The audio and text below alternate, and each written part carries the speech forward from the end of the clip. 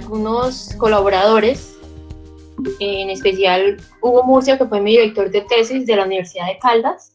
Sacamos adelante este trabajo que habla sobre las condiciones de cristalización de los flujos de lava de la formación Combia, que se basó pues en caracterizarlos petrográficamente y mineralógicamente y geoquímicamente. Si tienen alguna pregunta o me quieren contactar, acá les dejo mi correo institucional por si lo requieren.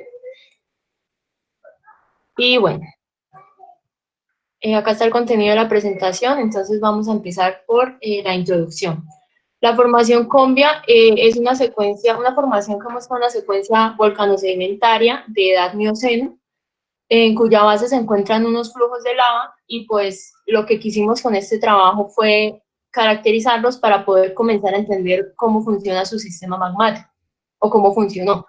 Entonces, partimos de intentar llegar a conocer las condiciones de cristalización de este sistema mediante la estimación de la presión, la temperatura y el contenido de agua.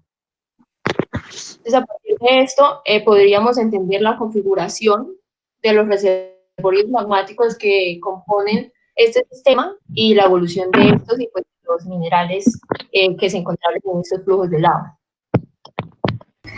El objetivo general, pues como ya lo dije, era determinar la evolución de la cristalización de los magmas los que se originaron en los flujos de lava que estudiamos, y pues se encontró en los flujos de lava que se encuentran en los alrededores de los municipios de Jardín y Andes, al sur del departamento de Antioquia.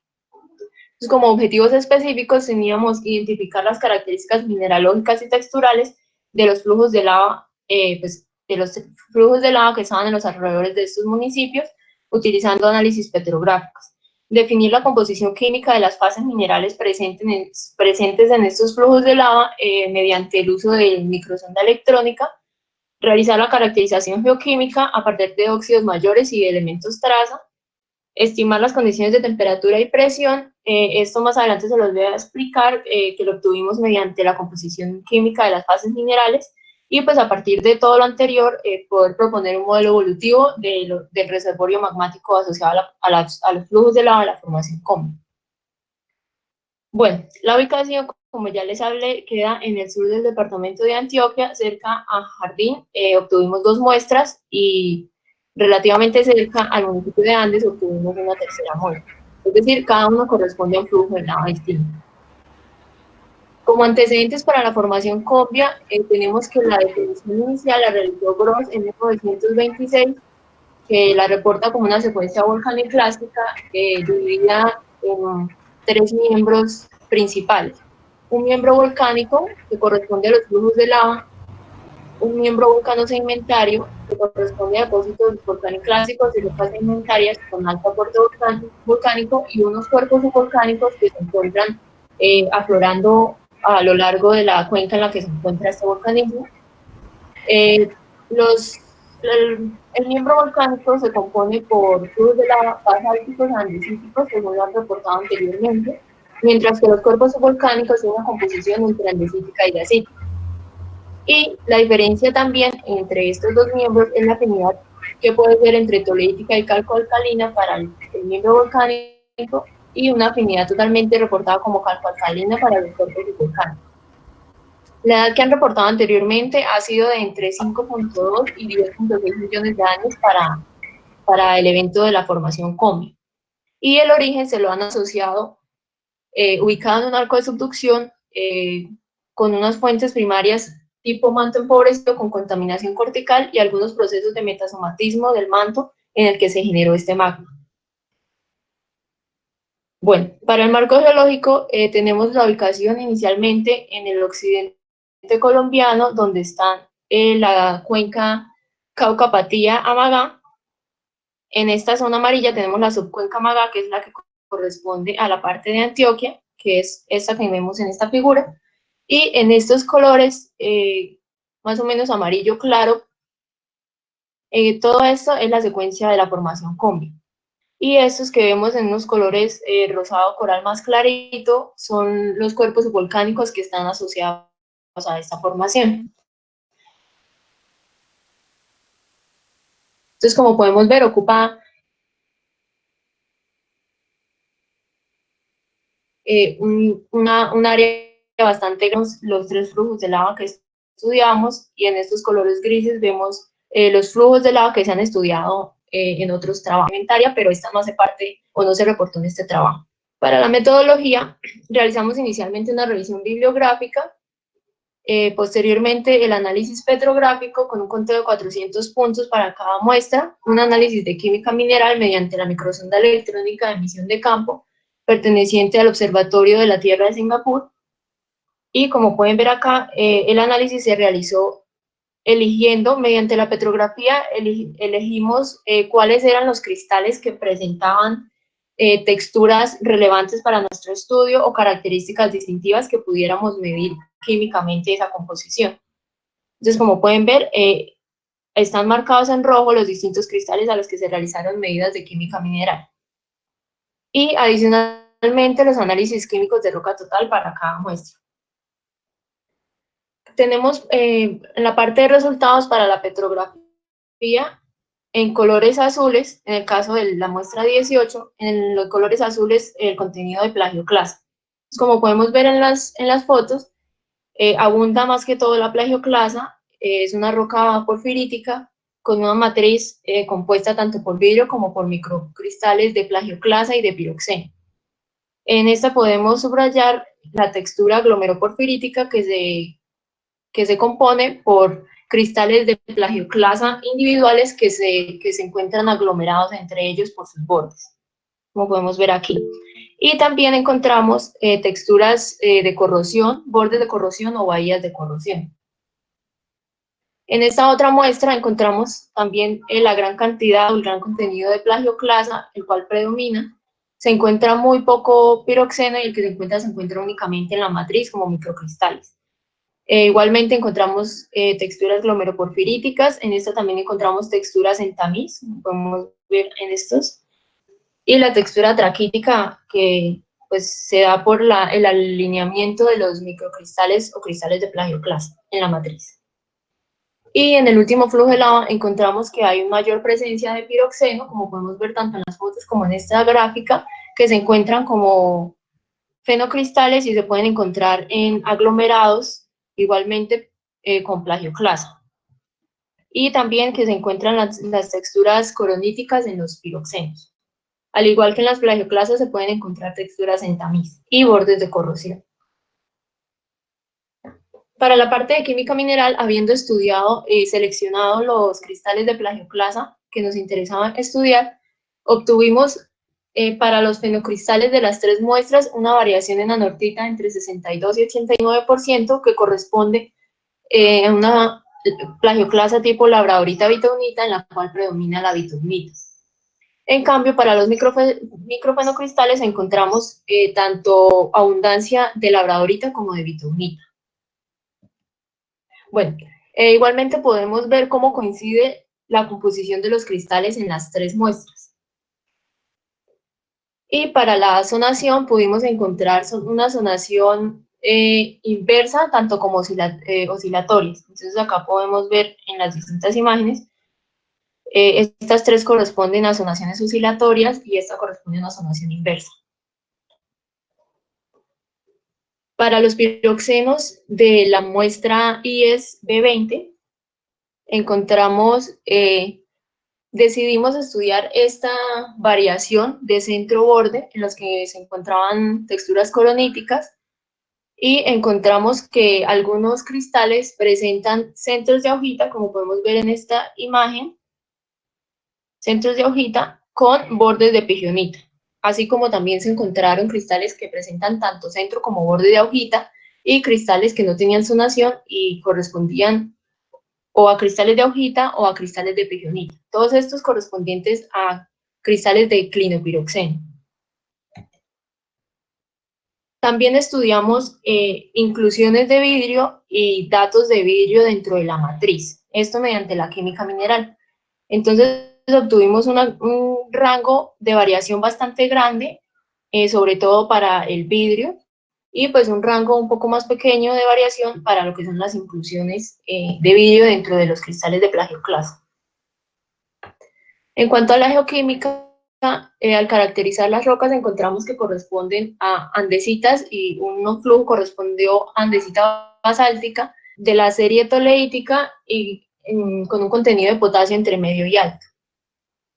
En los diagramas Harker pudimos observar la relación entre las tres muestras y esta muestra verde corresponde a la que tiene más contenido de plagioclasa. Entonces, como podemos ver acá, con su valor en sílice correspondería a la menos evolucionada y a la que se aleja un poquito más de la tendencia y de los contenidos respecto a las otras dos flujos. Bueno, en cuanto a los elementos traza, encontramos un enriquecimiento en liles, que son los elementos de ion pequeño, y encontramos unas anomalías positivas de cesio, de bario, de uranio y de potasio a grandes rasgos, y de plomo también. Y unas anomalías negativas de rubidio, de torio y de nio.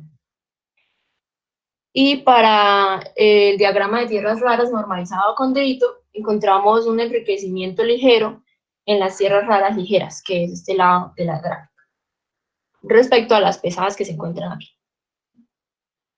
Bueno, adicionalmente, mediante la relación lantano-iterbio y torio-niobio, encontramos que tanto esas muestras como las reportadas anteriormente, casi todas corresponden a un ambiente de arco continental, y quisimos comparar el diagrama que corresponde a la composición adaquítica, ya que se había reportado anteriormente en otras muestras. Las muestras de este estudio dan que corresponden a un arco normal, y pues únicamente esta muestra se traslapa con el campo de daquitas, pero no es suficiente para denominarla como firma daquítica. Ahora, para entrar a la discusión, comenzamos con los procesos de evolución mineral que observamos en las texturas mediante la petrografía. Entonces, lo que hicimos acá fue dividir las texturas, las plagioclasas, según el tipo de texturas, en 4 plagioclasas, en 4 tipos. Una primera que corresponde a la que contiene sonación oscilatoria, bordes de disolución y envallamientos, y que se asoció con el proceso de disolución por movimientos convectivos locales dentro de una cámara magmática. Un segundo tipo de plagioclasa que corresponde a aquella que tiene textura en tamiz, que tiene bordes de crecimiento posterior y bordes de disolución. Es decir, que tuvo procesos de disolución por el ascenso del magma y por rápida descompresión. Un tercer tipo que corresponde, como se los mostré, a la textura aglomeroporfirítica, pero en este caso monomineral, formado únicamente por plagioclasas.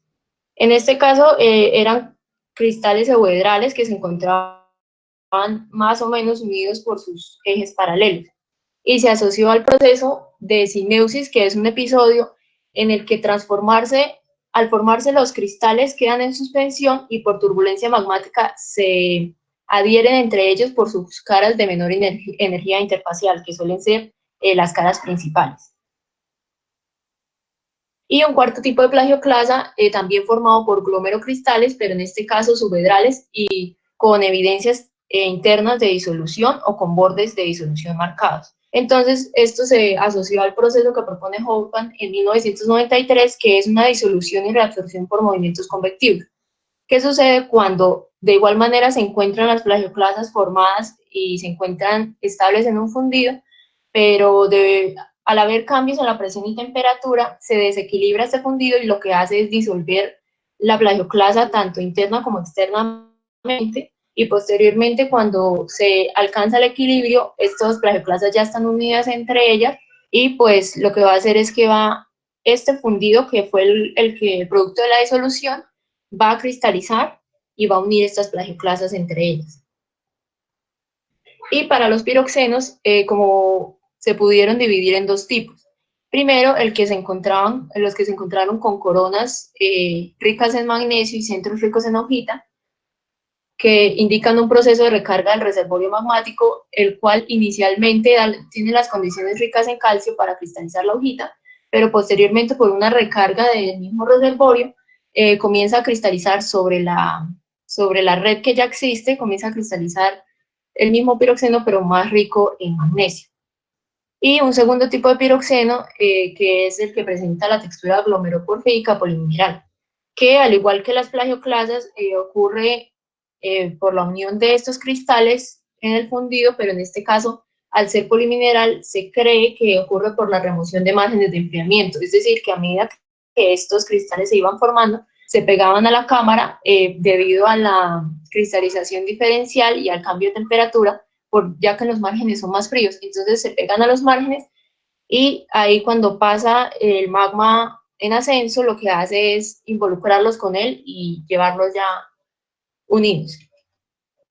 Bueno, en cuanto a los procesos geoquímicos, bueno, tenemos el enriquecimiento en tierras raras ligeras y las relaciones que ya observamos en las gráficas, que según estos autores corresponde a firmas típicas de un arco de subducción continental y que tienen un carácter dominantemente toleítico a calcoalcalino, como se ha reportado anteriormente, lo que indica que esta firma toleítica corresponde a un magmatismo básico con condiciones anhidras, lo cual podemos evidenciar mediante la mineralogía que encontramos en estas muestras, ya que no se encontró anfíbol ni ningún mineral hidratado. Y posteriormente, ya que se ha reportado la firma calcoalcalina, esto puede deberse a una evolución del arco con el debido aumento de agua alcanzando el campo de estabilidad del anfíbol, que ha sido reportado en algunos flujos. Finalmente, el enriquecimiento de elementos incompatibles de ion pequeño versus los de ion grande, los de peso, tenemos que pueden ser evidencia de una contaminación cortical. Y bueno, una parte importante de la discusión se basa en la geotermobarometría, que fue la que utilizamos, la herramienta que utilizamos para intentar determinar y estimar las condiciones de cristalización.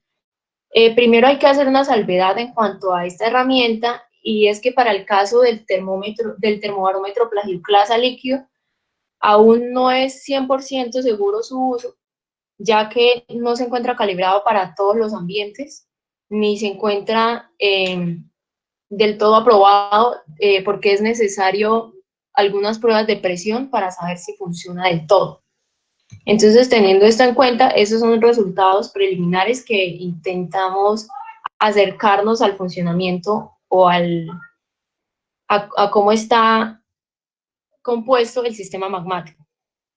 Entonces, inicialmente lo que hicimos fue comparar la composición de los cristales de plagioclasa con la composición del fundido o con la composición de la roca total. Para el caso de los fenocristales, que eran los que presentaban evidencias de texturas de desequilibrio, los comparamos con la química, con la geoquímica, ya que esto en teoría se acerca más a su composición inicial. Entonces, como podemos ver aquí, fue un número pequeño de cristales en comparación con los que se estudiaron, los que se obtuvieron en relación de equilibrio, que corresponden a estas franjas blancas. Y pues como podemos ver en el porcentaje de anortita de cada muestra, los cristales que dieron en equilibrio son generalmente con un porcentaje de anortita menor a 60. Entonces, habiendo obtenido en la relación de equilibrio de estos cristales, procedimos únicamente con estos a obtener la presión, la temperatura y la profundidad de cristalización mediante los geotermobarómetros. Esta es una herramienta que se utiliza mediante cálculos matemáticos químicos, que utiliza la fórmula química y la composición química de los minerales. Entonces obtuvimos, como podemos ver acá, un rango de temperatura para las plagioclasas entre 1100 y 1220 grados centígrados, una presión aproximada de 13 kilobares, que corresponde a una profundidad de 45 kilómetros. Esta profundidad la obtuvimos teniendo en cuenta que la densidad cortical corresponde a 2.7 gramos sobre centímetro cúbico, que es un gradiente geobárico de 0.27 kilobares sobre kilómetro. Bueno, igualmente podemos ver la relación con el contenido de anortita. Y para las plagioclasas fue posible estimar el contenido de agua que tenemos acá, que es menor al 3%. Bueno, ahora para el termobarómetro clinopiroxeno líquido, primero, al igual que con las plagioclasas, debió observarse su relación de equilibrio con el vidrio o el fundido con el que se iba a comparar. Inicialmente lo comparamos con esta relación de equilibrio hierro-magnesio, en la que, como pueden ver, la relación de equilibrio no es satisfactoria, pero posteriormente encontramos que la relación de equilibrio que compara este es dióxido de edembergita, esto compara el contenido de calcio y de sodio en los piroxenos. Y dado que los piroxenos que encontramos en las muestras tienen un alto contenido en calcio más que en magnesio, entonces decidimos tomar también esta como prueba de equilibrio. Entonces, como podemos ver, en el campo blanco dan los minerales que pudimos estudiar correctamente. Entonces, estos que entraron en equilibrio corresponden a los que estudiamos para obtener su temperatura, presión y profundidad. Entonces, de nuevo, mediante los cálculos geotermobarométricos, obtuvimos un rango de temperaturas entre 900 y 1000 grados centígrados, un rango de presión entre aproximadamente 4 y 8 kilobares, que corresponde a una profundidad de entre 12 y 30 kilómetros. Como podemos ver en este gráfico, los centros de los cristales de los clinopiroxenos, se puede observar acá que cristalizaron primero y a mayor profundidad y temperatura que los bordes que se midieron. Bueno, entonces ahora para pasar a la discusión, inicialmente planteamos el modelo de sistema magmático, la ubicación de este sistema, teniendo en cuenta toda la información que ya les he presentado y que leímos en otros trabajos. Entonces lo ubicamos dentro de la subcuenca Magá, entre la cordillera occidental y el basamento de la cordillera central, en un ambiente de subducción continental, pues conformado por la subducción de la placa Nazca bajo el continente suramericano.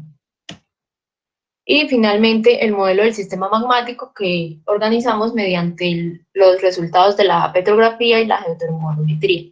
Entonces, como podemos ver, se estiman al menos 2 cámaras o 2 reservorios magmáticos, uno a mayor profundidad, aproximadamente entre 45 y 50 kilómetros, en el cual cristalizó la plagioclasa, teniendo en cuenta que esta plagioclasa tiene un contenido de anortita entre 40 y 60. Es decir, que la plagioclasa que no estuvo en equilibrio con el fundido y que los datos no nos permitieron trabajar, lo que nosotros consideramos más probable es que correspondan a antecristales, que son cristales que se forman en el mismo sistema magmático, pero que han tenido procesos como de reciclado, es decir, que han pasado por varios procesos de disolución debido a cambios en el magma y a ascensos y recargas de la cámara. Entonces, es probable que estas plagioclasas con anortita mayor a 60 hayan cristalizado en este mismo reservorio o en uno anterior. Y en un reservorio más somero, la cristalización de los piroxenos, de los clinopiroxenos, entre 13 y 30 kilómetros.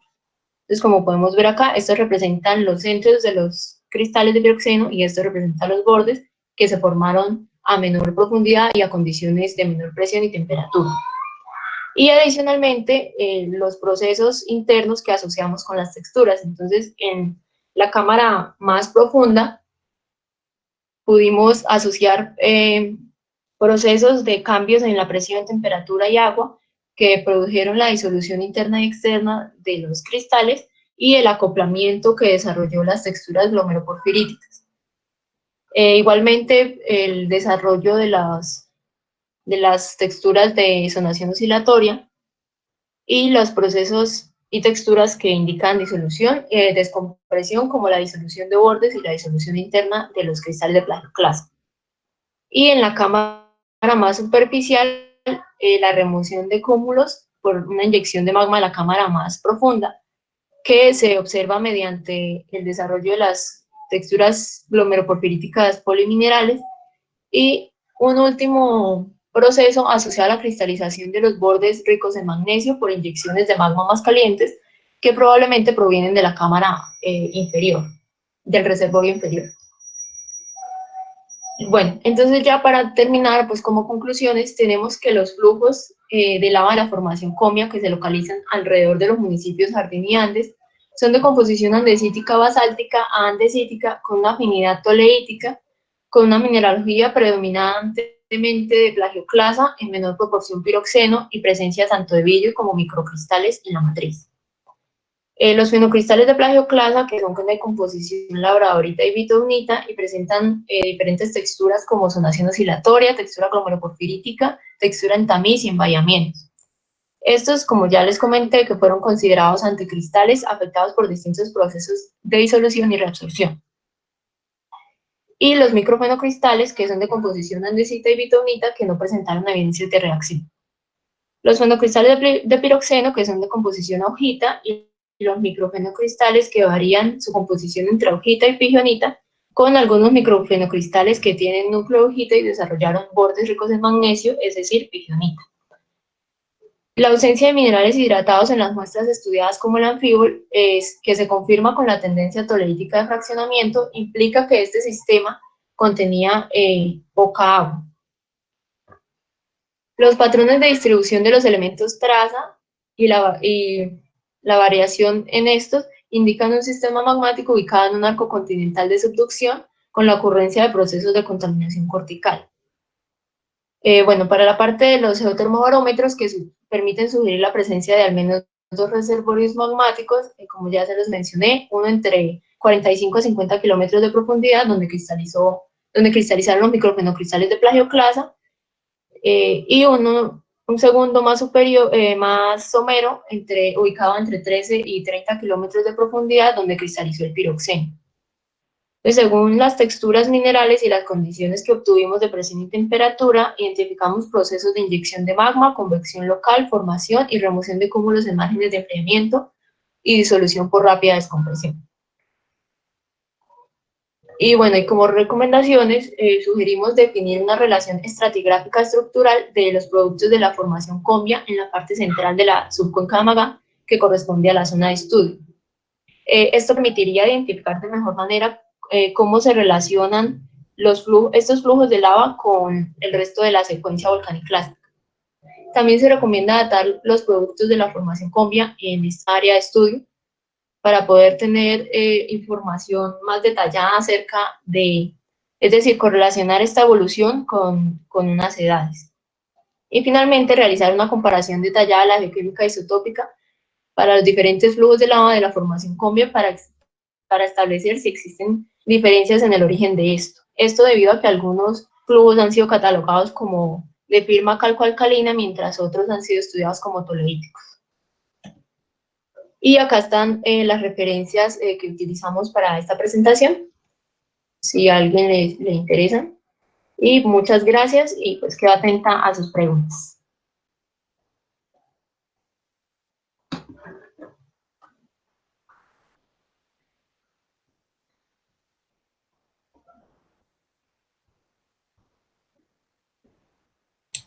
Si alguien tiene una pregunta, chicos, aprovechen. Hola, sí, yo tengo un par de preguntas. Sí, dime. Bueno, entonces, la primera, digamos, va un poco ligada en cuanto a las texturas estas de tamiz. Mira que estas texturas han sido pues ampliamente estudiadas y una de las, digamos, de las características o de los aportes más importantes que se han dado es que son texturas características de mezcla de magmas. Y vos ahí en ninguna parte de pronto, digamos, consideraste esta situación de las mezclas de magmas dentro de esas hipótesis que utilizaste, o al menos no lo que estás presentando. No sé si de pronto sí lo pensaste, pues si lo, digamos, tomaste en cuenta en la tesis, pero no lo presentaste acá. Sí, de hecho, en la tesis sí lo menciono, pero de alguna forma lo descarté debido a que sería la única evidencia. Es decir, para poder sugerir que hay una mezcla de magmas tendrían que haber más evidencias de esto. Y pues igualmente en los autores en los que yo leí, la mayoría también refuerzan la idea de que más que, o sea, que no puede afirmarse solamente con ver una textura en tamiz que corresponde a esta mezcla, sino que más bien hay otros procesos que fácilmente pueden permitir que se desarrolle la textura. Entonces, como tal, no se descarta que exista una mezcla de magmas, pero no es criterio suficiente para afirmarlo. ¿Sí me hago entender? Sí, sí. Muchas gracias. Bueno, igual ahí como por el chat están haciendo varias preguntas, entonces si de pronto ahorita hay tiempo te hago algunas otras. Vale, listo. ¿Me pueden leer las preguntas del chat, por favor? No puedo entrar. En el chat hay varias preguntas, Natalia. Vale. Entonces voy a desconectar la pantalla para poder ver las preguntas, ¿les parece?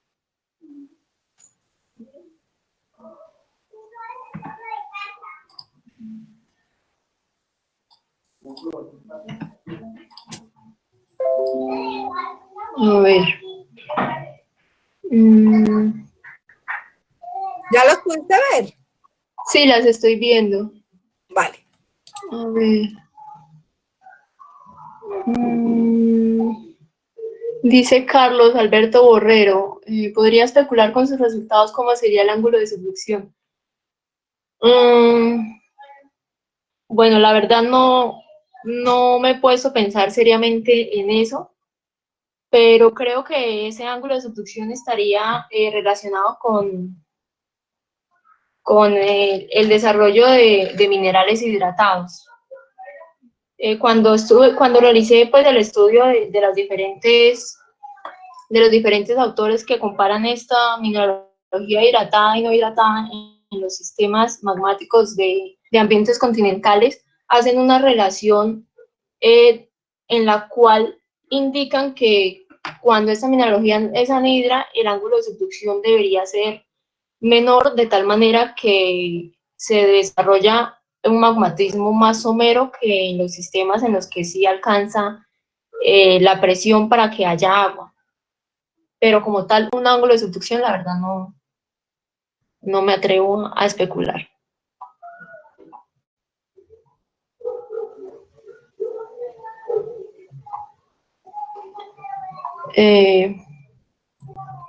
Bueno, dice Luis Carlos, ¿existe alguna relación entre la petrografía de estos flujos de lava y la petrografía de las rocas hipoabyssales porfíricas, que aunque más jóvenes están relacionadas con este vulcanismo?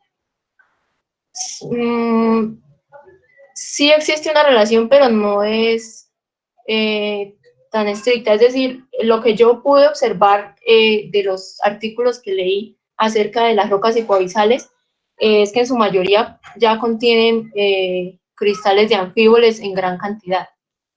Algunos contienen o no piroxenos y algunos también incluso se han encontrado que tienen, se me escapa el nombre bueno, de este otro mineral, qué pena. Pero relación, más que todo, yo creo que puede haber una relación petrográfica, ¿sí? Debido a que pues los minerales no van a cambiar mucho.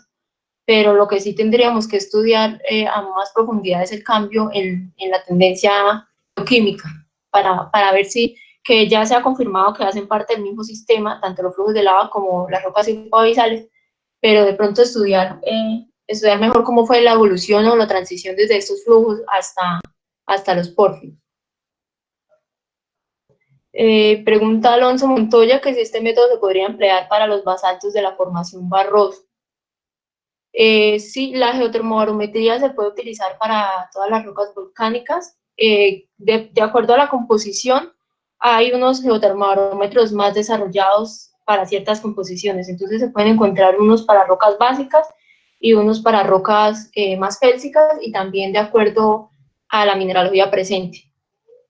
Entonces, pues para eso tendríamos que ver qué minerales se encuentran en estas rocas y pues si se encuentran en relación de equilibrio con el fundido.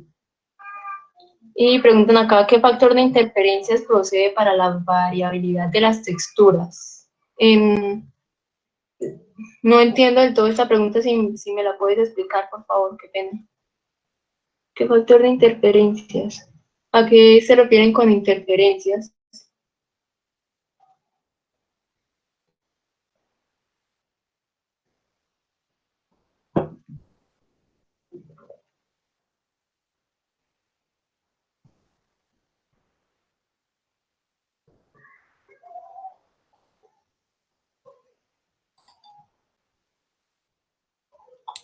Nada, silencio administrativo. Juan Sebastián, ¿tenías otra pregunta? Hola, sí. Bueno, gracias. Ahí Clemencia. Mira, es que, o sea, con respecto precisamente a lo de la textura, pues en tamiz, si vos de pronto colocas la diapositiva donde hablas de la química mineral, donde muestras la química mineral, se puede ver bien una plagioclasa, la cual comenzaba con núcleo sólido, luego se volvía cálcico y después volvía a ser sólido. Sódico, perdón. Sódico, cálcico, sódico, y eso, digamos, pues tampoco es que sea muy común, ¿cierto? Eso realmente son casos que son extraños y que precisamente en la imagen donde muestras las plagioclasas, no sé si estoy viendo la química mineral de las plagioclasas. Sí, está, me parece. ¿Sí? No sé si ahí se está viendo. Espera, que es que yo estoy viendo es el de la Perfecto, sí Ah, se no. ve. Ya, perdón, es que estaba en la ventana equivocada. Ahora sí. Eso, ahí. Se ve perfecto, sí. Exacto, entonces, o sea, ahí hay como, o sea, en la figura, en la B, mira que tenés sódico, cálcico, y después de nuevo tenés sódico y ya vas volviéndote de nuevo, pues como hacia, o sea, tenés como una zonación compleja más que una zonación inversa. Y las zonaciones complejas muchas veces también son relacionadas precisamente pues a la mezcla de magmas. Entonces, pues yo te lo digo, es como para que no lo mires como de una manera más simple, sino que abras también de pronto la hipótesis, porque pueden estar ocurriendo varias cosas al tiempo, ¿cierto? O sea, tanto que estés en una zona más profunda y luego, digamos, empieces a descomprimir, o que pues estés llegando varias cámaras magmáticas, y eso pues digamos es incluso hasta un poquito más chévere. Y digamos que con respecto al orden que le pones a tus muestras, sin tener, digamos, como dataciones, ¿por qué colocarlos en ese orden pues que escogiste? Ah, bueno, primero sí, gracias por el comentario. Voy a indagar más en lo de la mezcla de magmas. Y antes de responderte a la otra pregunta, sí, la mayoría de sonaciones son complejas, son oscilatorias. Entonces, pues igual como a las sonaciones no se les pudieron realizar geotermobarometría, entonces no tuvimos como otro criterio para pensar qué fue lo que pasó. O sea, lo más probable es que corresponde a un sistema complejo en el que hubieron distintos recargas y procesos de movimientos del magma internamente. Y la segunda pregunta, no, lo que pasa es que el orden de las muestras corresponde al orden en que se realizó la sección del gas. Entonces, más que todo corresponde a 3 flujos de lava. No tenemos como tal la relación estratigráfica ni de edad de estos 3 flujos, y por eso al final yo en las recomendaciones indico que lo más lógico sería realizar estudios para poder encontrar la relación entre tanto los flujos de lava como lo que está encima de ellos, porque esta zona es muy compleja y se encuentran como unos flujos superpuestos, o sea, no fue tan fácil, digamos, de dividirlos o organizarlos.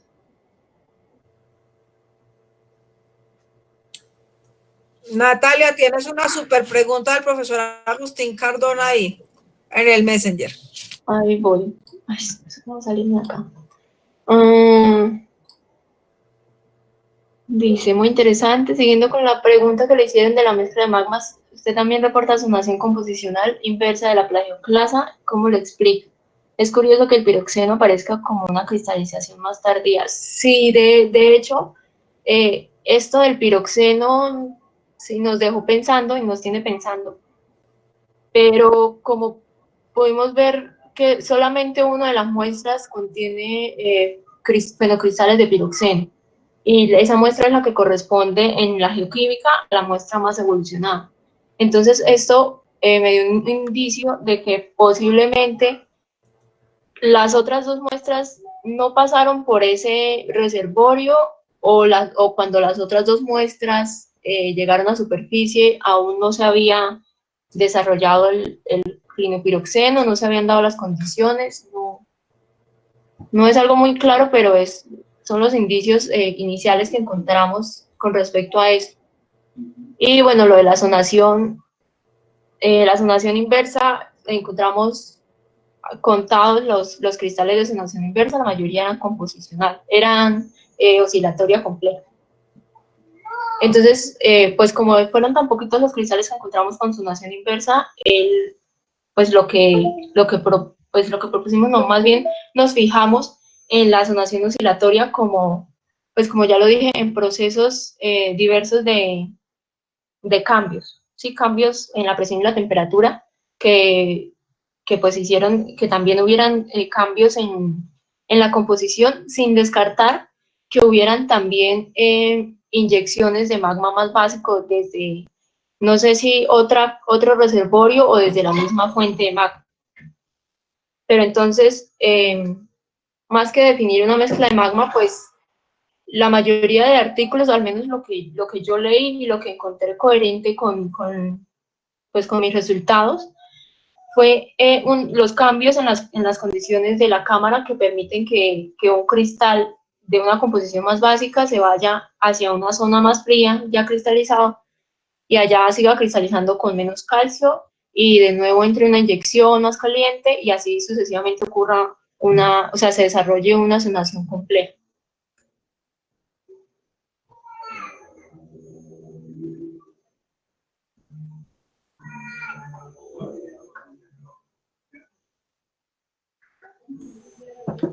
Yo tengo un último comentario con respecto a esto y es que pues tengas en cuenta que, digamos, la formación de la formación Combia, o pues donde se generó la formación Combia, es tal vez un ambiente que para muchos es transpresivo, ¿cierto? Entonces, Sí. o sea, de pronto no tenés como la evolución así completa como la mostrás ahí, de que primero la cámara magmática estuvo a una profundidad y luego estuvo a otra profundidad, sino que pueden ser dos cámaras magmáticas separadas, ¿cierto? Y que una esté en una parte, digamos, del Horst y la otra está en el Graben, entonces por eso te estén dando presiones diferentes, pero solamente para que lo tengas en cuenta, Natalia, y bueno, muy bueno tu aporte en este caso, muchas gracias. Sí, muchas gracias. De hecho, estamos revisando el modelo para hacerle algunos arreglos, que sí comparto mucho la idea de que de pronto no es como tal una cámara que parezca cerrada, porque en realidad es muy dinámico, entonces más bien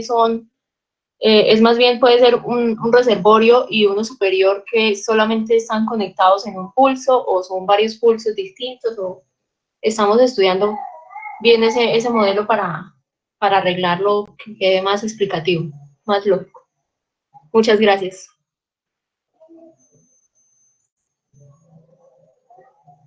El vidrio.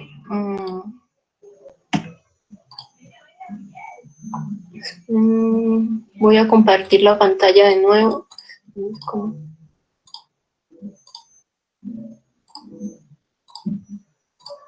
Listo.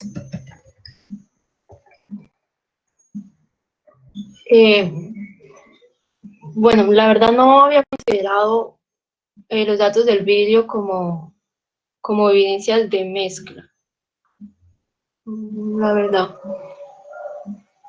Debido, pues, lo que yo había pensado era más que todo ponerle atención a las inclusiones de vidrio, que son las que se muestran tal como evolucionó, digamos, el reservorio, mientras que considero que los datos de vidrio que tomamos en la masa fundamental se correlacionan más con los últimos episodios, o sea, digamos, con el último episodio casi que el exclusivo de la muestra.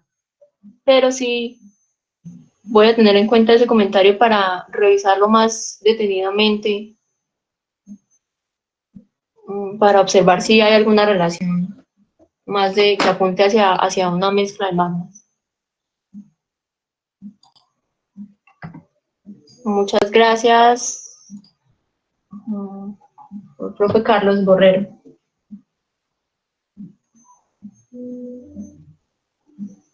No sé si tienen más comentarios o preguntas.